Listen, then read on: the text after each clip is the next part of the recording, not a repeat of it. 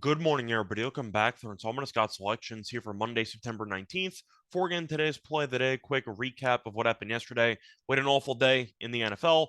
Two sweat-free losers. Look for a bounce-back winner here on Monday. But for today's play of the day, going to pivot and talk about some baseball. Look at a matchup between the Giants and the Rockies taking place at around 8:40 p.m. Eastern Time. And for this matchup, we look at team total in this one. We like the Rockies, first five, team total over 2.5 runs at minus 115 on DraftKings. Time recording of 2:30 a.m.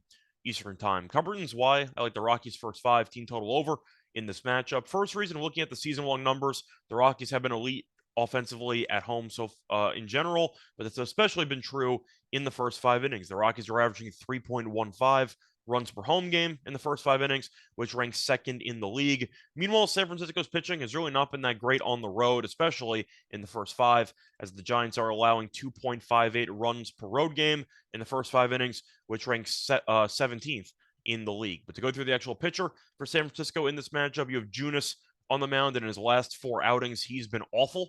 19 and two-thirds innings pitched, 26 hits allowed, and a 6.41 ERA. So Junis is in pretty terrible form right now, and I expect him to struggle in Coors Field as a result on Monday night. Meanwhile, looking at the actual weather report, the wind is blowing out to left center field at roughly 5 miles per hour.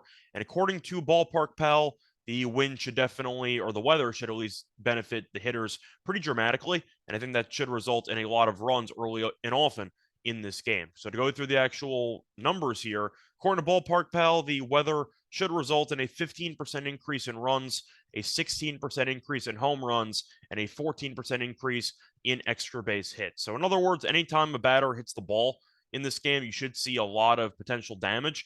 And that's a bit concerning for Junis because he really doesn't strike many batters out. Junis only has 85 strikeouts in 97 and two-thirds innings pitched, which suggests that he pitches to contact. And that could be a really dangerous recipe with the weather report since Junis really doesn't blow it past hitters.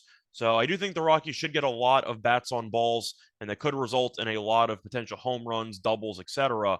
But for a first five team total of 2.5 for an elite offense at home against an overall team that's been struggling to keep their opponents just off the scoreboard in the first five on the road all season long, and against a pitcher that pitches to contact in a solid weather game, and against a pitcher that has a 6.41 ERA in his last 4 outings, I think the Rockies generate at least 3 runs in the first five here, maybe a lot more, but I do think this number is a little bit too low, especially since the full game total in this game is 11.5. So play that once again here for Monday, September 19th. It's going to be on the Rockies' first five, team total over 2.5 runs at minus 115 on DraftKings.